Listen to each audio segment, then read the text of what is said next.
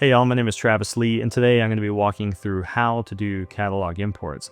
I will say right off the bat, we don't require you to do this. We are willing to help with this process. If you want to take this on yourself, this video is for you. But if you are struggling with this and you just want assistance, feel free to send those import files to support@jobtread.com. If it's within reason, we'll definitely help you with it.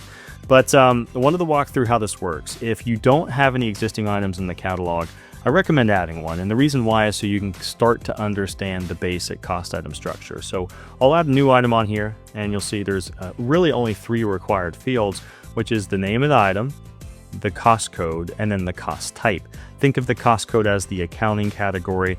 This is what's going to hook up to QuickBooks, to the products and services over in that system. So these are kind of higher level. If you have a bunch of framing materials, for example, the item name might change, but they're all going to be tied to the same code called framing materials. Cost type is a larger bucket: labor, materials, subcontractor costs, other. It's just a large category. Those are the only 3 required fields. You can put in a description, you can put in a quantity in a unit, that's a default that would be set, cost, price, and then of course the resulting margin markup. But down below, if you have any information about these items that you want to include, like the SKU or maybe a link to the website where you purchased at, those would need to be set up as custom fields, which is what we see here. To do that, you would need to go to Settings, Custom Fields, and then scroll down until you find Cost Items. And this is where you can set up those fields, and then you would be able to import that data. I recommend adding a single item in here if you don't have any at all, and then export that into a spreadsheet. And the reason why is because this is going to give you the template of which you can work off of.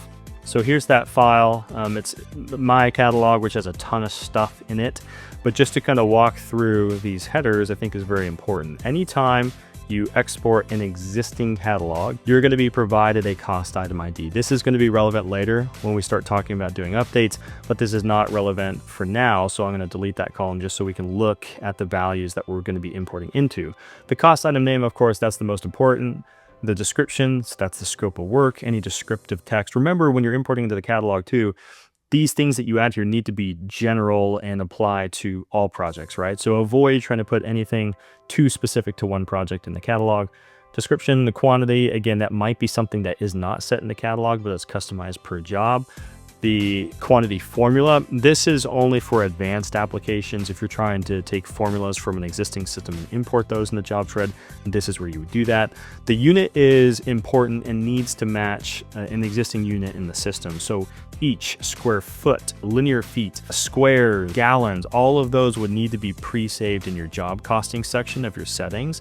So to show you that real quick, under settings, under job costing, this is where we can see a number of things, but the units of measurement, the cost types, and of course those cost codes as well. So back to the file though, you have to make sure these units that you put in the import file match one of the ones that's pre-saved in the system. Cost and price, those are optional, right? A lot of people are not going to be importing cost and price into the catalog because it's something that just changes job over job. But if you ever know you are paying X amount per square feet, that would make sense to add into the catalog. One thing I'll mention here is I would always recommend, if you're going to import prices, import both your cost and the price to the customer. Oftentimes we see import files where we only have like the cost listed, but I'd say when you run the import, make sure you provide a price as well. Those two things really should come together. If you don't have a price, maybe you just want the system to default to 30% profit margin,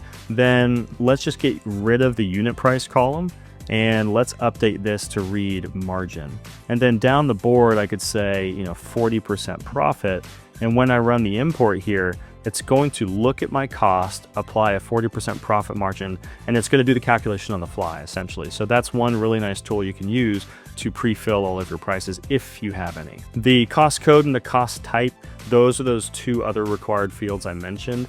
Just a little hack on the cost code side of things. You can choose to only provide the name. You don't technically have to provide the number and the name, so that's a good fallback. It makes it a little bit easier than trying to get like the number and the spacing perfect. Cost type, again, that just needs to match what's in the system. And then taxable is a setting saying, do you want to forward sales tax along to the customer for this material or for the service? Here in the States, it's not very common. Typically, it would be false for everything, but if you're in Canada, Australia, you would want to set that to true. There's a couple other specialty settings here. Again, you can compare this to the cost item creation and see all the settings there if you have any questions about what these are. And then down, if we go to the right, we're going to see our custom field. So anything prefaced with custom field : you can then click into it and see the full name. This is where you would need to create the custom field first if you need to import any special or additional information that's not a part of our standard forms. If you go through and you populate this file with your own data, then you go back into JobTread, into the catalog, click the import button, and then you would upload your file here. So let's do that real quick. Just click and drag the file across. That's going to upload the file. And what this is doing is it's showing you all of the columns on your spreadsheet, and these are the data points within JobTread. If you extract the file, the template file from JobTread, you have a guarantee that all the names are going to be the exact same, so you can expect it to match perfectly, so you don't have to remap any fields to anything different. But on the right hand side, we do see the first row that's going to be imported. Highly recommend clicking import once. That will process the first item. Then you can go into the catalog, make sure it looks okay. And then if it looks good, I'd say click import all, and then that will process the rest of the import file. So that's the process of importing catalog items. A really nice extension of this, one additional ability that you have, is to actually create groups as you're importing the items as well. So let's get back to the file for just a moment.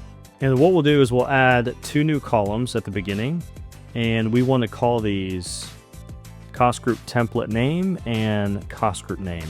The difference between these 2 fields can be seen back in JobTread. If you go into the cost groups tab, click on an existing cost group if you have one, or you can create a new one on the fly. And the template name can be seen up top. Think of this as something like an internal name that no one's ever going to see except for yourself. And so I could go in here and type in kitchen remodel, but then in the actual template itself, the things that will get added into the jobs budget, those are going to be the groups and items, right? And so if you want these items to be grouped up, you have to create a group. And this is, back on the file, these 2 columns. So this is that internal template name. This is the grouping where you want that item to be a part of it. So the cost group template name is going to be something like, let's do kitchen remodel. And me personally, I really like to divide my templates into phases. So I might have a group called, pre-construction. And I'm going to repeat that multiple times for all the items that should be a part of it. When you structure it this way, the system's only going to create one template called kitchen remodel because it's recognizing it's being repeated. And then under the cost group name, same thing. It's going to create a group, in this case with 3 items that are a part of it. And if you wanted to do subgroups, if you want to get deeper than just one cost group, you can. You would just put a semicolon and put the second group name. Let's call it design. For the next one, maybe this is also a part of that subgroup. And then the next one, maybe it's going to be engineering. So ignore the items themselves. In this case, I'm really focusing more on the cost group structure, but in this case, it would put those 2 items under the design, which is a subgroup of pre-construction, and then it would start a new subgroup for engineering. And you can repeat that process 5 levels deep with the cost group. So this is really the only difference if you're trying to create the groups when you import the items. The process from here is going to be the same, where you go into the catalog, you click the import button, upload the file, and as long as those names match the fields in JobTread, everything should be mapped perfectly, and it's just a matter of clicking that import all button. Certainly, if you have any questions about this process, feel free to reach out to our support team, send us the files. We're more than happy to help. Support@jobtread.com. Thank you so much.